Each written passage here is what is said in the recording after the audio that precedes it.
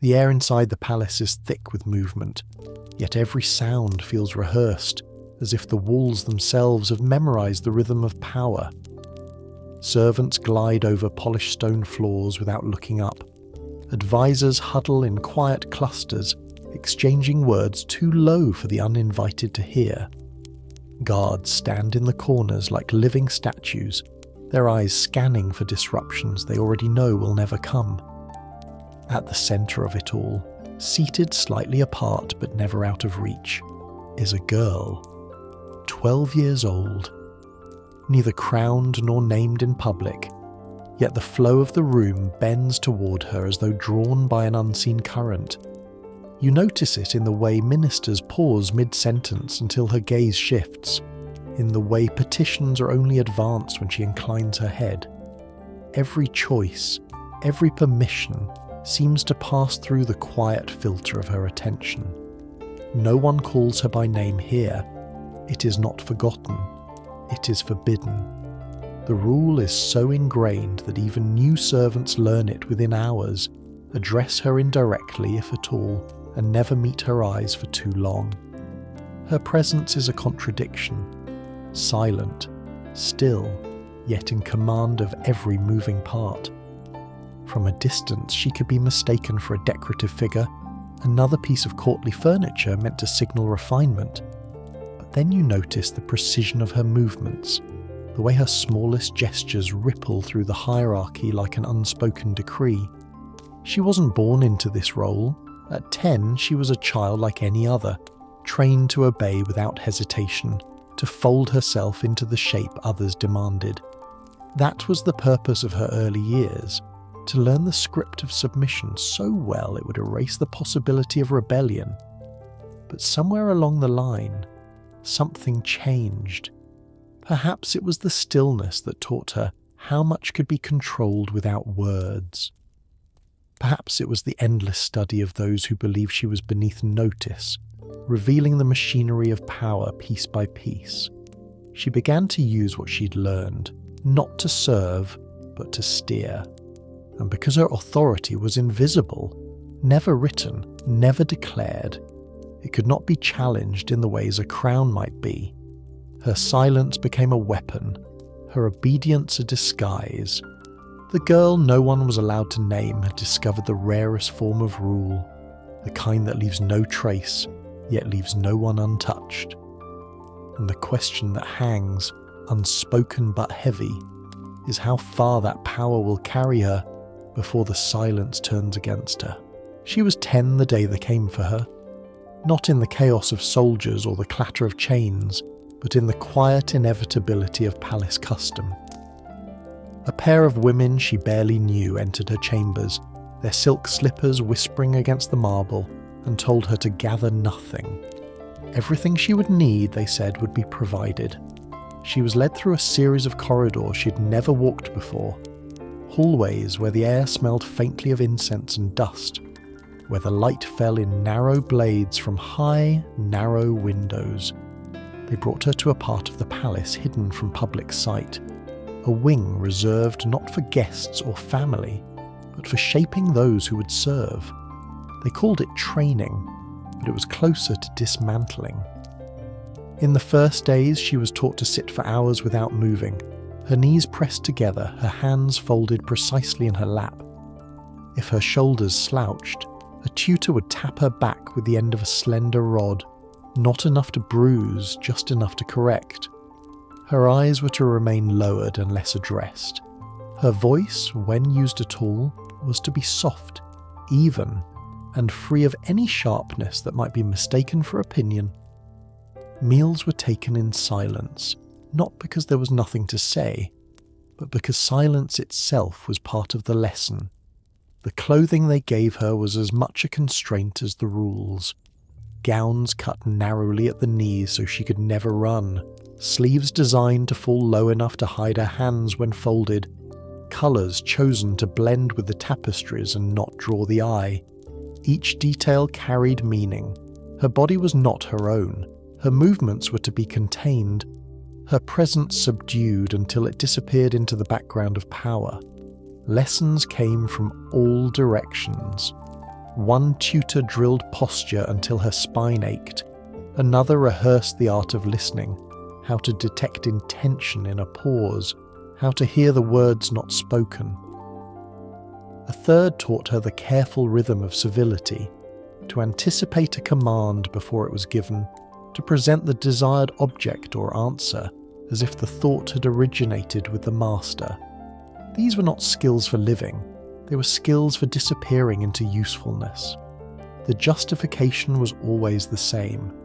She was being prepared for her role in service to the dynasty, a destiny more noble than comfort or personal will. But even at 10, she began to sense the truth, that this was not preparation for service, but for erasure. Her laughter faded, her questions dwindled.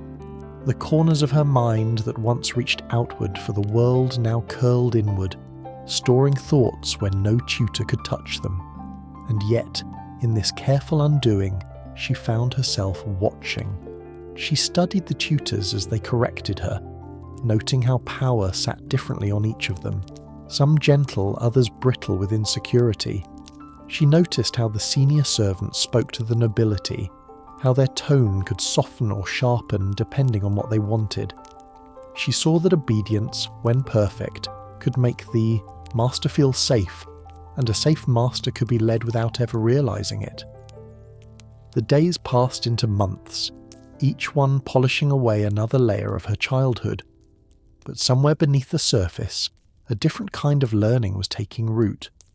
She was memorizing the very rules meant to contain her, not to keep herself bound, but to understand the locks well enough to one day hold the keys. It happened without warning, though later she would understand it had been planned. The court was in full ceremony that day, the air thick with the scent of roasted game and spiced wine. Envoys from a distant kingdom sat at the high table, their robes heavy with foreign embroidery, their voices carrying the strange music of another tongue. She'd been placed at her usual position, close enough to the centre to be seen, far enough to remain silent. But when a question was asked, and a pause fell heavy across the hall, she made the mistake of answering. Not loudly, not boldly, just a single, measured response to bridge the silence. The words themselves were harmless, but they came from the wrong mouth. The chief minister's face froze mid-smile. A murmur, sharp as the scrape of a blade, passed through the courtiers. Across the table, one of the visiting envoys lifted an eyebrow, intrigued, and in that heartbeat, her fate was decided. The king did not rebuke her himself. He didn't need to. A look from him to the minister was enough to set the machinery in motion. By the next morning, the shift was complete. No one addressed her directly anymore. If she required something, a servant would deliver it without meeting her eyes. If a decision was made that affected her, it was spoken over her as if she were not in the room. At feasts, her place remained set, but the conversation flowed around her like water around a stone. When visitors asked her name, they were told she was a ward of the court, nothing more. This was not neglect, it was precision. Social erasure, carried out in plain sight.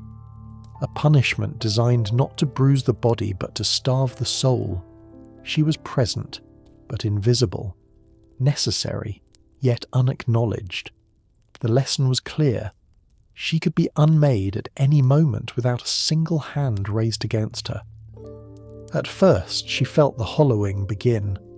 The urge to speak welled up in her throat and died there, replaced by a leaden stillness. She moved through the palace like a ghost in her own life, her existence reduced to the mechanics of survival. But with time, the edges of her humiliation began to change shape. Silence, she discovered, had a texture. It created space, and space allowed her to hear. She learned to notice the way voices dropped when speaking of certain matters, the way footsteps slowed before a dangerous name was uttered. From her shadowed seat she could map the allegiances of the court, which servants lingered too long by a certain door, which advisor's laughter rose a little too easily in another's presence. She began to store these fragments small and sharp in the quiet vault of her mind. Her invisibility became an advantage. No one guarded their words around someone who no longer counted. She became the unseen witness to deals struck in whispers, to insults wrapped in pleasantries, to promises made and broken before the next cup was poured. Every slight, every shift in tone, every glance quickly averted. She kept them all, not knowing yet when or how she would use them, only that they might one day matter. Outwardly, she remained the picture of obedience, her hands folded just so, her posture unyielding, her gaze lowered in the manner drilled into her since 10. Inside, however, she was tracing the invisible web that bound the court together and identifying its weakest strands. What they had meant as a breaking had instead taught her the discipline of watching without being seen, of listening without being suspected. They believed they had silenced her. What they had done was give her the one thing more dangerous than a voice, the power to know more than anyone else in the room. It began so gradually that no one could say when the change took root. The same girl who'd once been erased from the court's conversations started to leave faint fingerprints on its decisions, not in proclamations or decrees, but in the small hesitations before a choice was made, in the unspoken question of what she might think. Ministers who had learned to ignore her now found themselves seeking her presence, not openly, but with the casual habit of standing within her line of sight during discussions. A glance from her could steady a wavering vote or send a proposal to the floor in pieces. She had learned the language of power without ever being invited to speak it. The court spoke in patterns, phrases and gestures that meant more than their surface suggested. She had memorized them all. When an advisor's fingers drummed lightly on the table, it meant he doubted his own plan. When another tilted his head just so, it was an opening for flattery. These tells were small enough to miss if you were listening for words, but she was listening for everything else. Her influence grew not from confrontation, but from prediction. She began to anticipate needs before they were voiced, ensuring a certain document appeared on the right desk at the right time, arranging for arrival to hear just enough of a conversation to feel slighted, or sending a servant with a whispered warning that prevented an embarrassment. The recipients of these subtle interventions rarely questioned their origin. They simply came to believe that things turned out better when she was nearby. Rumours became her quiet currency. She never spread them herself, of course. Such a thing would have been beneath her role. Instead, she would mention a harmless observation to one trusted ear, knowing it would travel the length of the palace in a day, gathering embellishments like burrs on fabric. By the time it reached its target, the rumour would have shifted just enough to sting, but never enough to be traced back to her. In this way, she made allies distrust each other, coaxed rivals into open hostility, and ensured that those who might threaten her position were too busy defending their own. The irony was not lost on her. The very system that had once silenced her now bent under her touch. The rituals of obedience, careful posture, measured gaze, quiet presence were no longer tools of her subjugation, but the camouflage that allowed her to act without detection.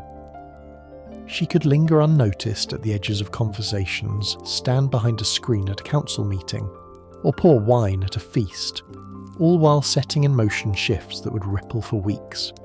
She began to mimic the mannerisms of authority, not so much that it drew attention, but enough to suggest quiet inevitability. A pause before answering, as if weighing unseen factors. A subtle leaning forward when a certain proposal was discussed. Even her silences carried weight now. A refusal to respond could kill an idea faster than a spoken objection. Those who remembered the day she was publicly silenced now felt an uneasy deference when their eyes met hers. Her victories were not recorded in the annals of the court. They appeared only in the way certain rivals found themselves reassigned to distant provinces, or how policies shifted to favour those she had quietly backed. Sometimes she wondered if anyone suspected the truth. If they did, they must have found it safer to pretend otherwise. Naming her influence would mean acknowledging their own vulnerability to it. What she'd learned as a child, how to disappear into service, how to anticipate without questioning, was now the skeleton of her power. But where obedience had once been her cage, it was now her disguise. She moved through the palace like a shadow cast in daylight, impossible to hold, yet impossible to ignore. And though no crown rested on her head, she was, in every way that mattered, the one the court followed. By the time she was 14, her presence in the palace had shifted from a curiosity to an unspoken law. Ministers who once argued fiercely over matters of state now waited, sometimes mid-sentence, for her faint nod or the smallest tilt of her head. No one announced her role. No official record bore her name beside policy or decree, yet decisions stalled without her silent consent. She was still, on paper, no one at all. But in the living fabric of the court, she had become the point around which everything turned. Nobles learned quickly that her attention was a kind of currency. A brief exchange of glances could smooth over political obstacles.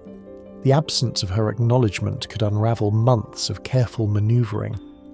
Her influence wasn't loud, it was pervasive. It seeped into conversations, travelled through the hands of servants, shaped the mood of feasts and councils alike. The king's signature might ratify the law, but it was her invisible verdict that determined whether the law would live or die in practice. Those who crossed her rarely understood how their downfall began.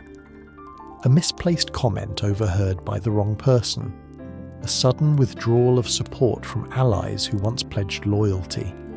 A faint cloud of suspicion, untraceable in origin, settling over their reputations until exile or disgrace seemed like the only fitting resolution.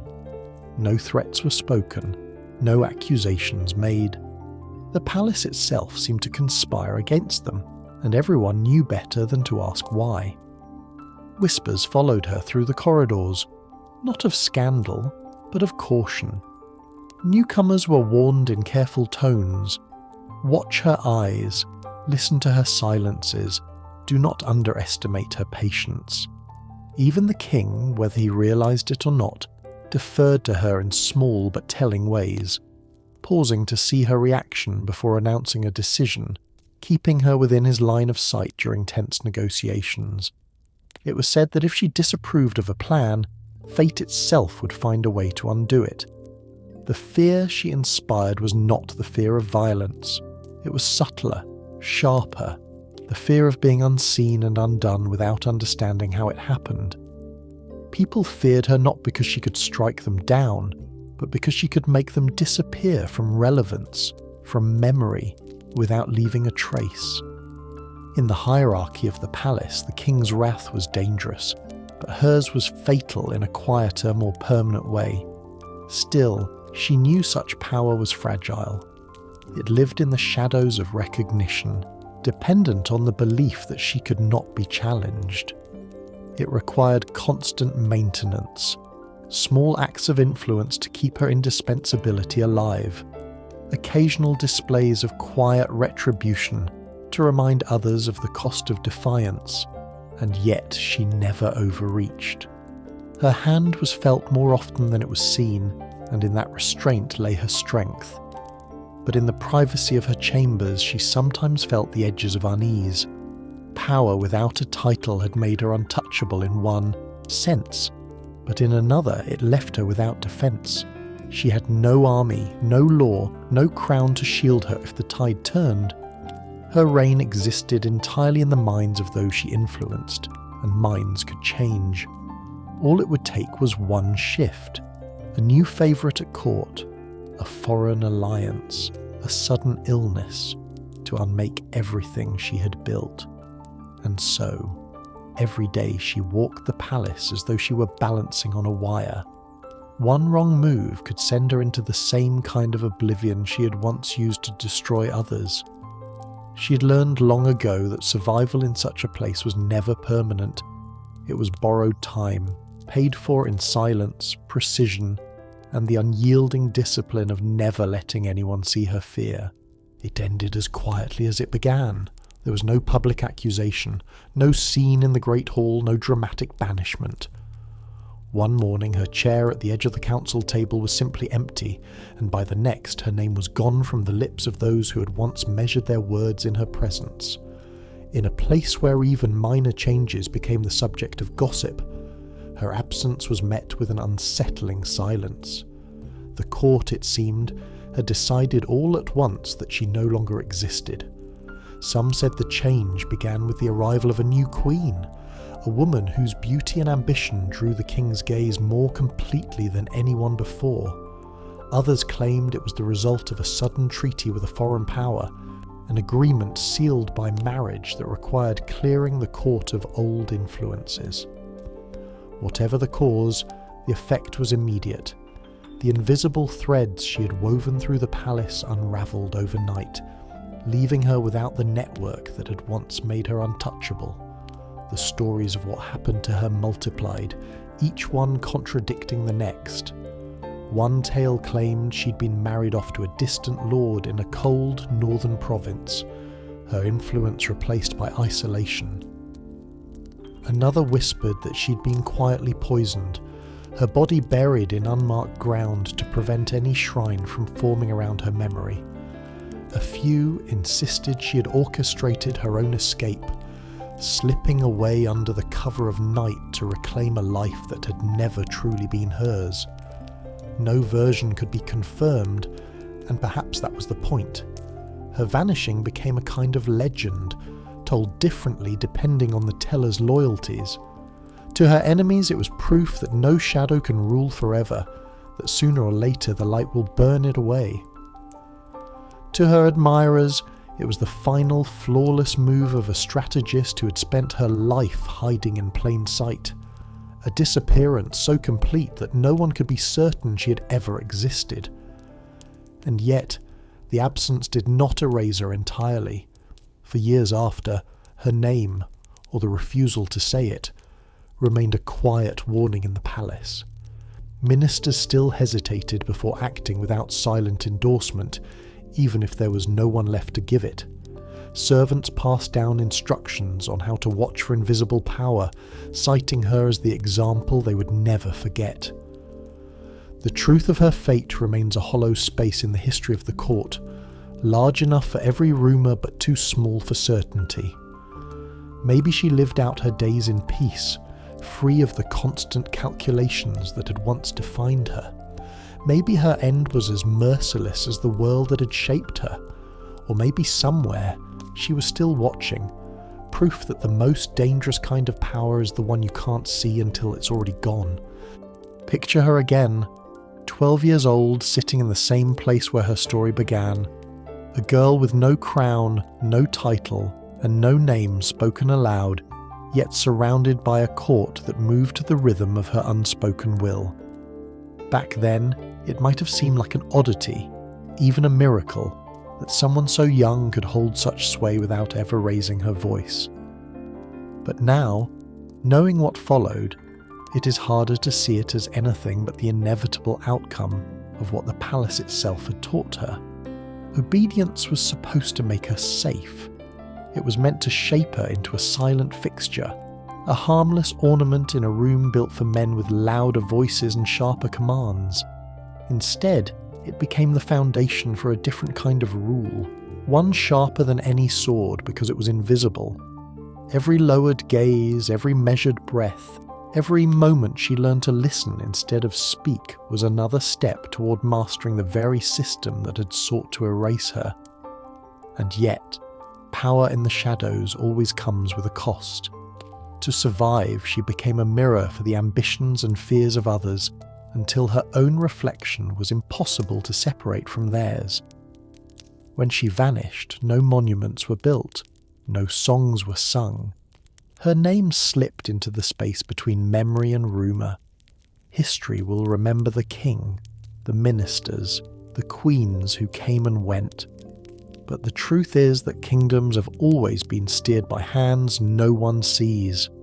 Her story is a reminder, and perhaps a warning, that when you silence a voice completely, you do not always destroy it. Sometimes, you sharpen it into the one thing you can no longer control.